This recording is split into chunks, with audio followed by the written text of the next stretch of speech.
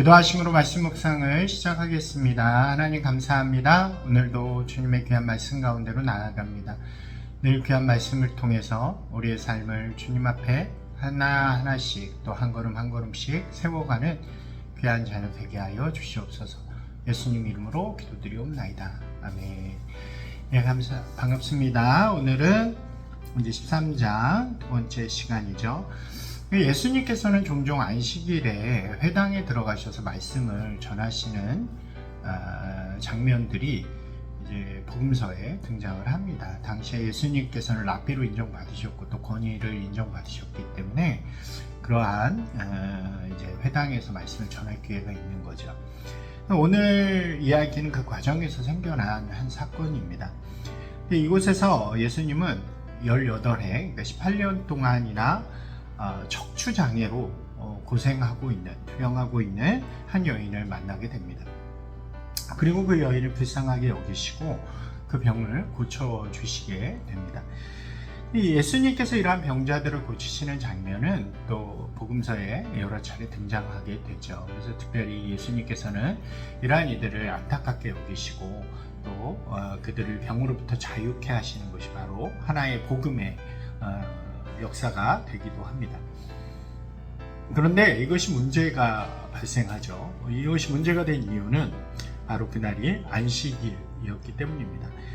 그러니까 안식일 규례들이 굉장히 있고 또 어떤 것도 해서는 안 된다라고 하는 율법적인 이야기들이 있었고 또 그것이 시대를 지나오면서 특별히 예수님 시대에는 더 강해져서 이 안식일 규례가 굉장히 많았다고 전해집니다.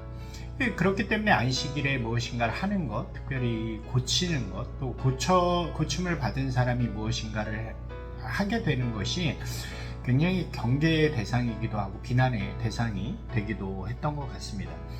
그래서 여기에 있었던 회당장이 그것을 보고 굉장히 붕괴하는 장면이 등장하죠.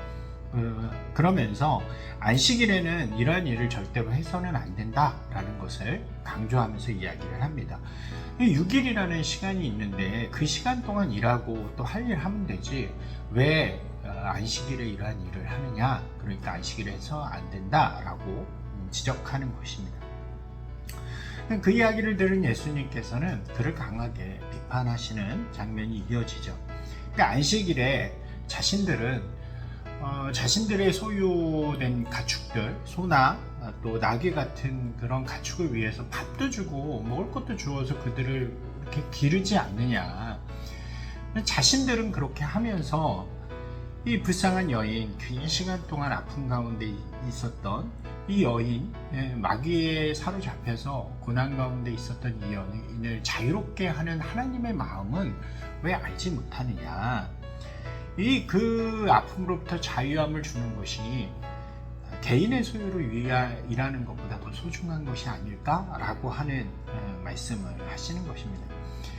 이 짧은 이야기지만 이 이야기 속에 참 많은 것들이 담겨져 있죠. 그 앞에부터 이어져 왔던 형식적이고 또 세속적인 이 당시의 종교 지도자들의 모습도 담겨져 있고 또 아프고 어려운 이들을 사랑하시는 하나님의 마음, 예수 그리스도의 마음도 담겨져 있다고 할 수 있습니다. 이러한 모습은 오늘 우리에게도 동일한 교훈과 도전을 주기도 하죠. 예수님을 따른다는 게 과연 어떤 것일까? 예수 그리스도를 믿는다는 게 어떤 것일까? 우리가 생각해 보게 됩니다. 이 앞선 이야기 속에서도 보면 자신을 굉장히 종교적이라고 생각했던 사람들은 다른 사람들, 그렇지 못한 사람들 의 불행을 보면서 저들보다 내가 의롭다, 나는 의롭고 저들은 죄인이기 때문에 이러한 일이 일어난다 라고 생각했던 것을 우리가 보았죠.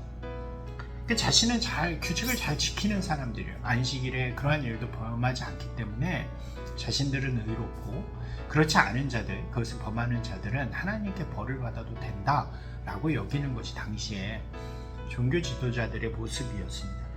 그리고 어쩌면 그러한 모습들은 오늘 우리에게도 비슷하게 있지 않을까요?